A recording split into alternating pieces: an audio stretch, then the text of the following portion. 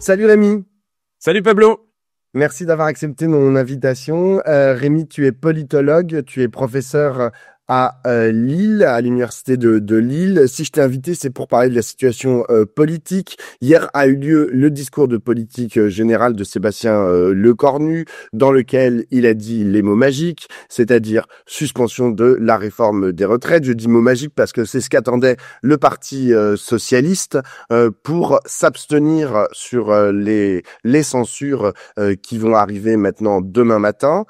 Euh, Olivier Faure, hier, au journal télévisé de 20 heures, a dit sa satisfaction que ces mots aient été prononcés et donc a annoncé que le Parti socialiste ne voterait pas la censure. Est-ce que tous les députés socialistes s'abstiendront?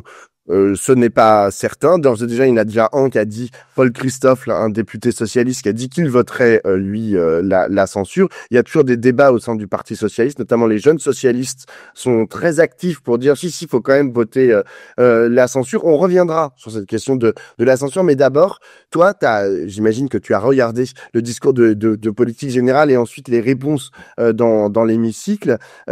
Quelle lecture global, en fait, tu fais de ce moment? Est-ce que tu te dis, bon, chacun, en fait, est dans son couloir de nage, on va dire, chaque partie, chaque endroit de l'hémicycle est dans son couloir de nage, et ce qui se passe en ce moment, bah, finalement, il y a rien de plus normal. Alors, bon, comment j'analyse ce qui s'est passé hier? Le PS a été pris dans un dilemme depuis 15 jours. Et en fait, il avait à choisir entre deux mauvaises solutions. Il a choisi ce qu'il a jugé être la moins mauvaise, c'est-à-dire après la négociation avec les macronistes et l'exécutif, essayer d'obtenir, d'arracher euh, un acquis pour donner l'impression d'être utile, pour éviter la censure et donc éviter la dissolution. Voilà, je pense que et dans cette décision, bah il y a à la fois la culture partisane du Parti socialiste, qui est un parti dit de responsabilité, qui veut éviter le chaos institutionnel, qui aussi concrètement est un parti d'élus locaux qui voit arriver les élections municipales de mars et qui sait très très bien qu'une élection législative entre aujourd'hui et les élections municipales, ça va avoir des effets extrêmement compliqués. Hein. Je pense que par exemple, ce qui a été un élément du choix du PS, c'est, souviens-toi, quand la France Insoumise, la semaine dernière, a proposé une réunion pour préparer les élections législatives, de voir que les écolos se précipitaient dans la réunion. Voilà. Donc ça, par exemple, je pense que le PS s'est dit, aïe, aïe, aïe, ça va être très, très compliqué s'il y a une élection législative parce que nous, PS, au dernier congrès, on a affirmé une distance à l'égard de la France insoumise. On ne pourra pas renouer totalement avec la formule électorale du NFP. Or, les Verts vont pas être sur la même ligne. Ça va localement créer des situations invraisemblables. Hein. C'est un peu de la politique politicienne que j'aborde, mais de la tambouille. Mais bon, c'est la réalité aujourd'hui des partis qui sont repliés sur leurs intérêts électoraux. Concrètement, dans plein de villes, il y aurait des socialistes qui auraient fait alliance avec LFI au municipal et des écolos qui faisaient alliance avec LFI aux législatives. Ça crée une situation d'extrême confusion. Donc, pour être clair, le Parti socialiste voulait à tout prix éviter une dissolution. Hein. Et sachant qu'il faut bien avoir à l'esprit que une dissolution, l'opportunité d'une dissolution, pour ceux qui réclament une dissolution, notamment LFI, va plus forcément beaucoup se présenter. Hein, parce que là, on est à 1 an et demi d'élection présidentielle. Si le budget est voté, le gouvernement, il servira plus à grand chose. Il y aura les élections municipales et après on sera dans l'élection présidentielle. Donc la fenêtre de tir pour une dissolution, elle va pas forcément se rouvrir beaucoup. Alors quand je dis ça, je suis prudent parce que on peut tout à fait imaginer que le PS, si la discussion budgétaire se passe très mal, relance une censure et décide de censurer le gouvernement. C'est pas totalement exclu. Boris Vallaud l'a dit hier. Hein. Il y a eu le PS a mis en cause, enfin, je veux dire, a défait deux premiers ministres. Il peut en défaire un troisième. Alors, donc le PS, voilà, il a choisi cette solution. Bon, moi, je sais pas, j'ai pas de. Sur le fond, c'est très risqué. Ça va alimenter évidemment le procès en traîtrise, en sociale traîtrise. C'est déjà le cas depuis quelques heures. Ça fragilise aussi la dynamique que le PS a mis en place avec les écolos à Bagneux, hein, parce que on se dit bon. Il y avait ce rendez-vous là avec Tondelier, Ruffin, Autain, le PS pour un projet de primaire. Quid de cette dynamique-là, alors que même ces forces-là ne sont pas d'accord sur une décision stratégique majeure comme la censure, mais en même temps, quand même, je voudrais quand même insister sur le fait que obtenir la suspension des retraites, c'est quand même pas rien, quoi. Hein, on peut toujours dire, oui, mais ça concerne que la génération de 65 et de 64 et 65. Bon, j'entends tous les débats depuis dans les matinales ce matin sur l'interprétation de cette suspension, mais en même temps, concrètement, c'est une victoire symbolique. C'est la gauche, elle a pas engrangé beaucoup de victoires ces dernières années. Il y a eu un énorme mouvement social sur les retraites. C'est pas l'abrogation de la retraite, c'est sa suspension. C'est pas rien, quoi. Je veux dire, et donc concrètement, faut pas non plus négliger la portée de ces décisions. Les socialistes ont obtenu quelque chose, et dans la période entre leur réelle politique un peu peureuse de parti qui veut pas aller aux élections parce qu'il veut pas perdre. Là aussi, il faut être très clair, parce que ça, on peut en parler. L'idée aussi que la dissolution, aujourd'hui, il y a une dissolution, c'est la victoire du RN, une chance sur deux de victoire du RN. Est-ce qu'il faut aller à la dissolution dans ce contexte-là? Tout le monde a reproché à Macron, il y a, en 2024, de déclencher la dissolution alors que le RN est fort. Là, finalement, on veut aller à une dissolution alors que le RN est encore plus fort. Mais bon, cette question-là, faut se la poser. Donc, on est dans une situation de crise multiples où en fait toutes les décisions sont mauvaises, tout est compliqué. Le PS a pris une décision, bon, elle est très très douloureuse, très compliquée, très hasardeuse. C'est la décision qu'ils ont prise. Je pense qu'elle a des justifications. Et puis par ailleurs, je pense on n'est pas du tout par ailleurs à la fin de la crise. Elle peut tout à fait rebondir dans 3 jours, 5 jours, 15 jours. Voire dès demain, si Voire dès demain. le gouvernement est quand même censuré.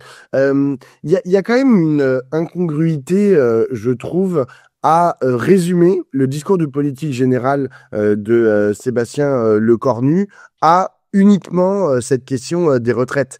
Parce que lorsque justement il fait ce discours de politique générale, qui porte bien son nom, en fait, il propose une cohérence, en fait, à la fois à la représentation nationale, mais aussi aux Français et aux Françaises. Et là, on a l'impression que le Parti socialiste ne voit pas en fait que derrière vous avez Vincent Jeanbrun qui est ministre du logement et qui est farouchement opposé au logement social. On voit pas que derrière il y a Rachida Dati qui est ministre de la culture et qui veut faire sa holding de l'audiovisuel public pour ensuite mieux la détruire. On oublie que dans le budget qui a été présenté, il y a 7 milliards en moins pour la sécurité sociale. On oublie que potentiellement, vu que quand même ils sont très influencés par la droite et l'extrême droite, ils vont peut-être toucher à l'assiette de l'aide médicale d'État ou encore renforcer toutes les violences à l'égard des personnes migrantes qui sont présentes sur notre territoire. Donc il y a tout ça, en fait, il y a toute cette cohérence globale. Et ça, moi j'avoue que j'en regarde depuis maintenant une quinzaine d'années des discours de politique générale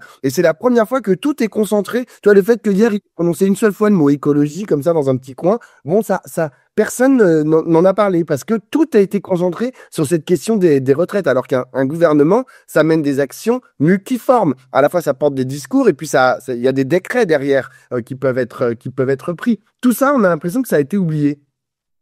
Oui, oui, bah bon, dans la période, en fait, beaucoup des codes, des routines, des réflexes qu'on a s'effondrent, hein. Et donc là, effectivement, ben on n'a pas lu les commentateurs, les analystes, les hommes politiques n'ont pas lu ce discours qui est un peu une figure imposée hein, politique comme d'habitude. Et je suis tout à fait d'accord. Hein, le Cornu, il a défendu une cohérence très austéritaire et libérale du programme. Il a rien lâché sur un certain nombre de choses. Bon, il propose 30 milliards d'économies là où Bayrou en proposait 44, mais ça reste un projet très austéritaire.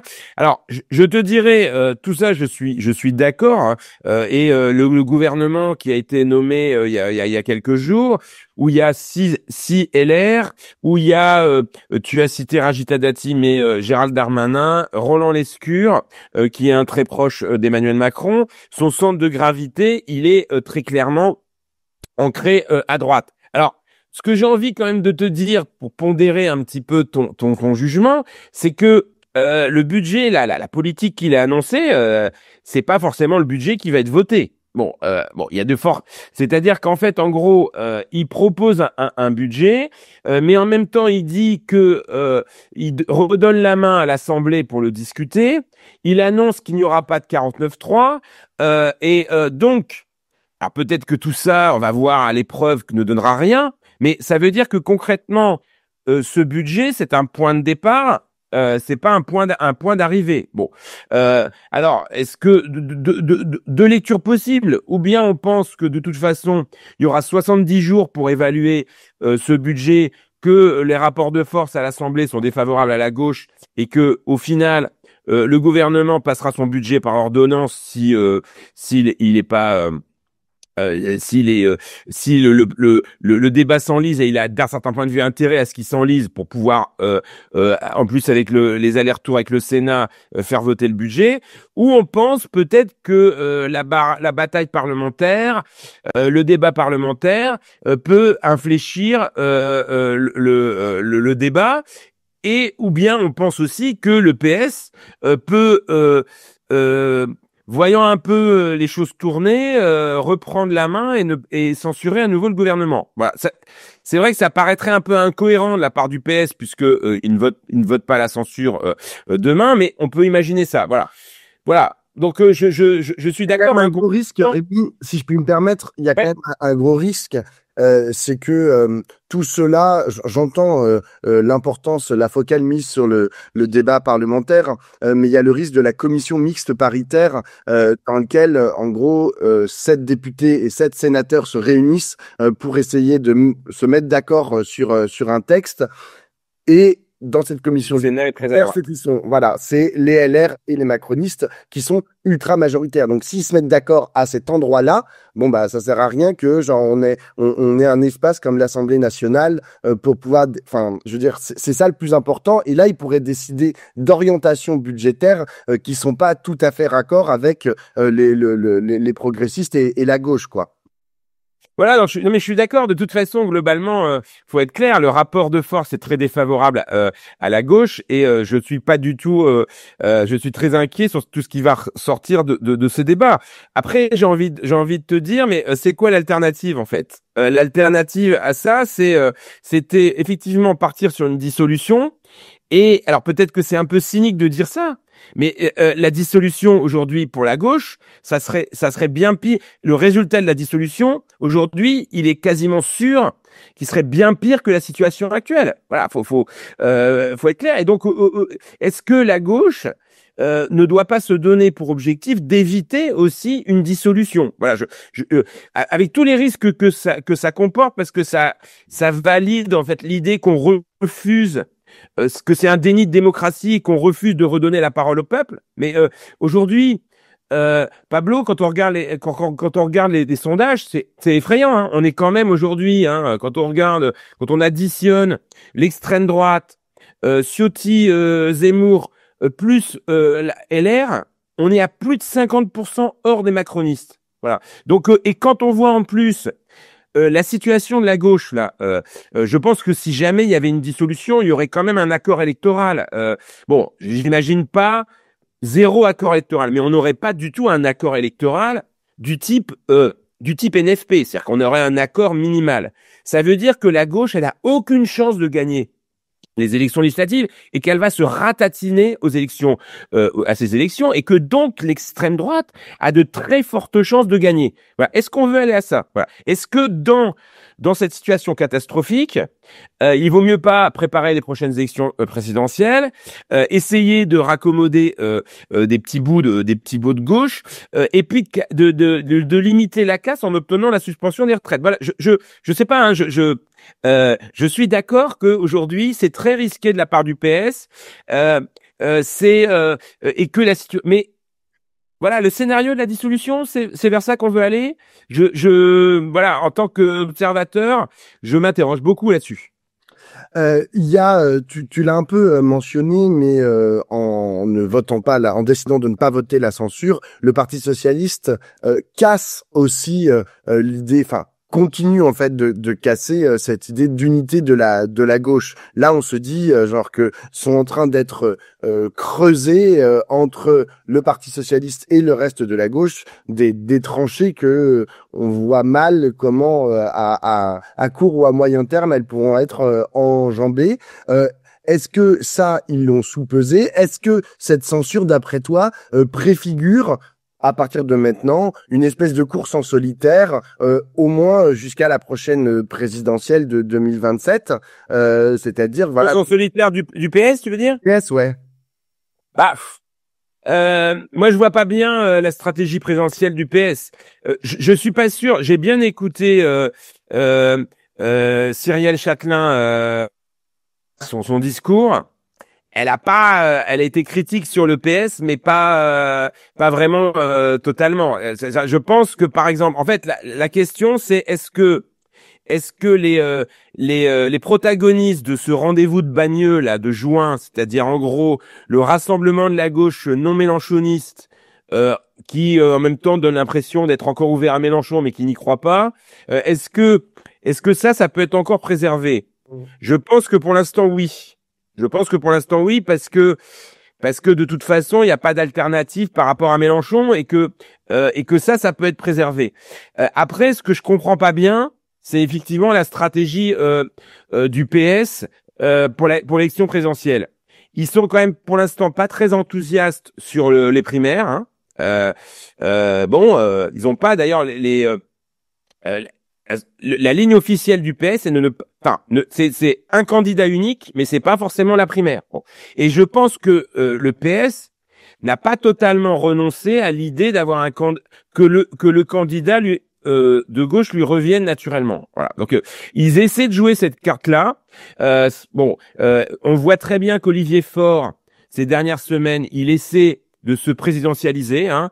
Il a joué la carte de Matignon à un moment donné, et là, en gros, il veut donner l'impression que il veut construire une posture personnelle en arrachant quelque chose au gouvernement. Voilà. Donc voilà, le PS, il a une culture hégémonique, hein. Il peut pas l'abdiquer comme ça, et donc il joue une carte personnelle. Franchement, je pense que ça serait une catastrophe de jouer cette carte personnelle. Je n'y crois absolument pas. C'est-à-dire, je pense qu'aujourd'hui, le PS est devenu un petit parti.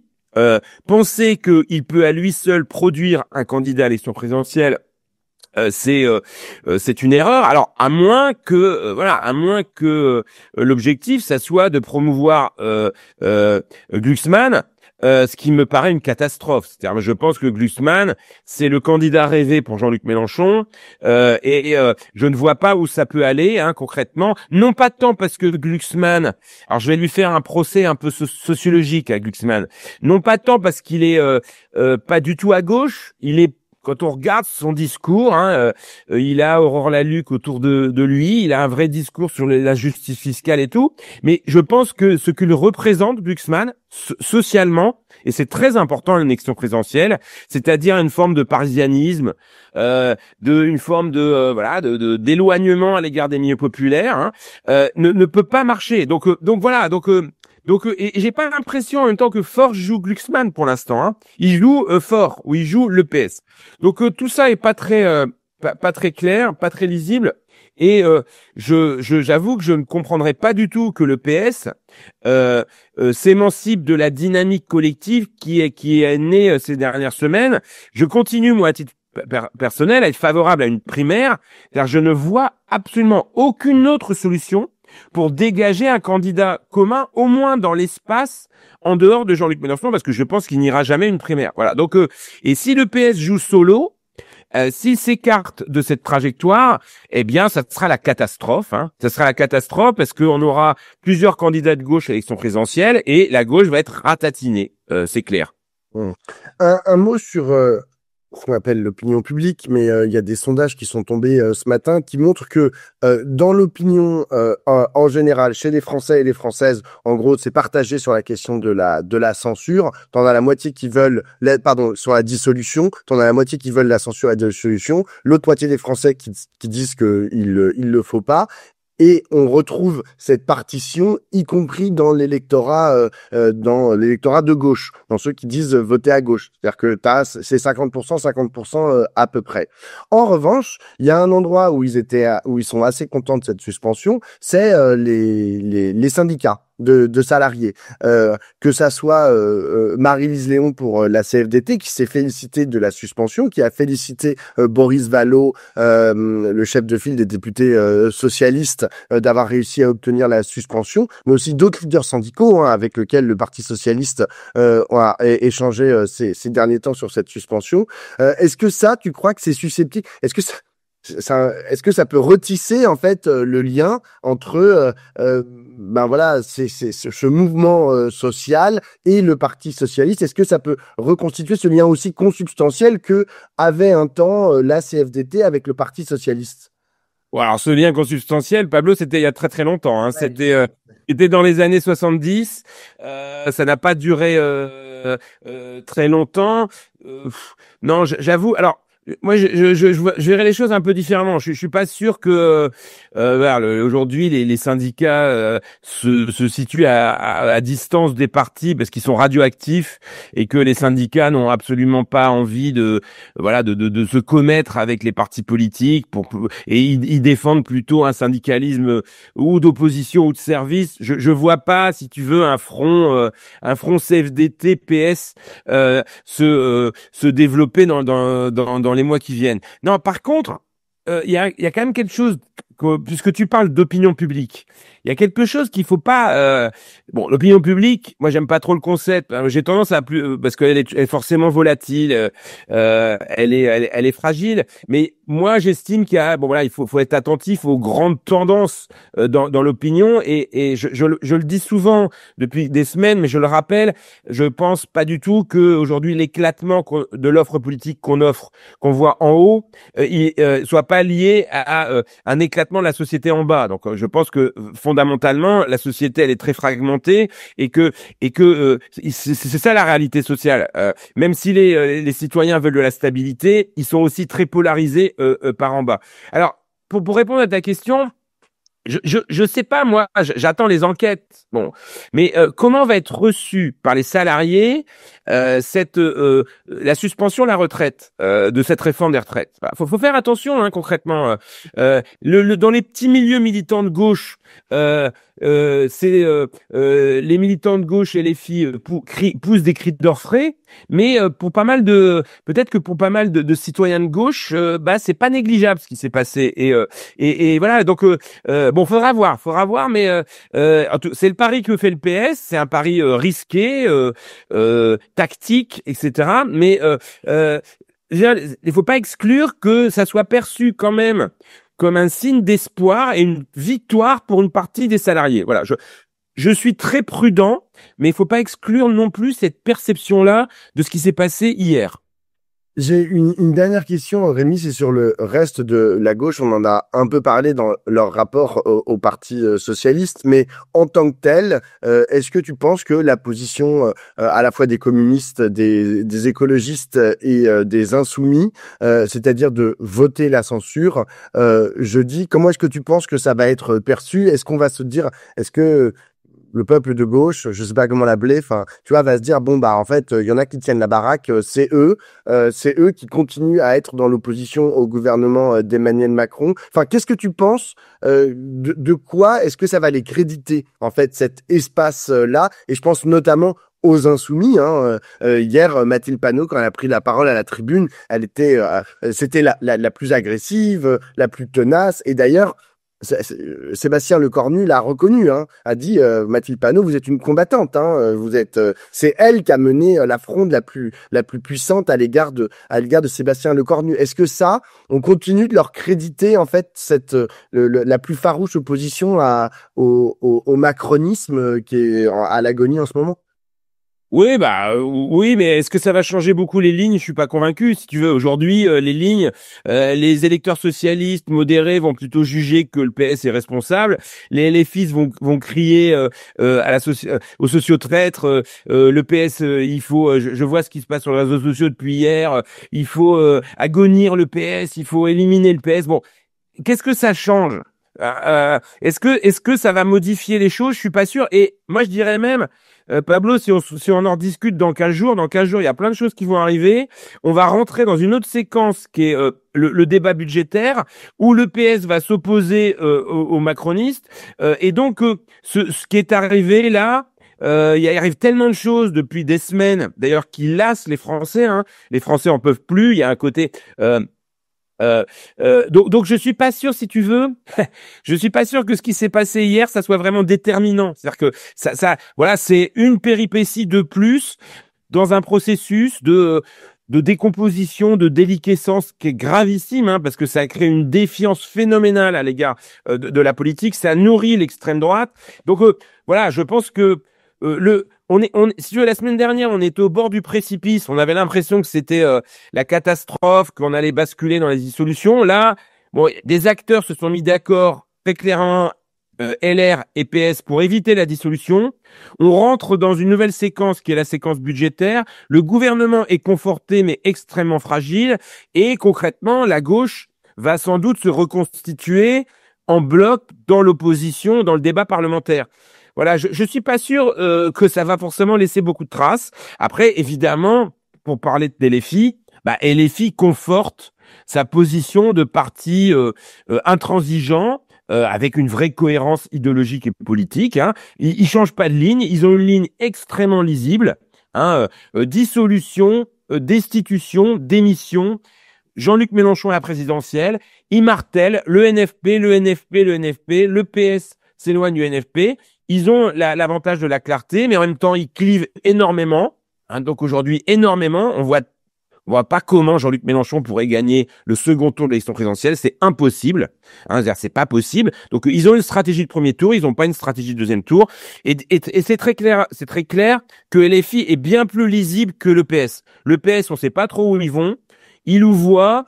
LFI, ils sont clairs, ils ont l'avantage, mais est-ce que c'est une stratégie majoritaire? Je ne crois pas. Merci beaucoup Rémi, on continuera de suivre ça de près parce que comme tu l'as dit, des péripéties et des changements de cap des uns et des autres, ça arrive maintenant de manière quasi hebdomadaire. Merci beaucoup Rémi. Salut!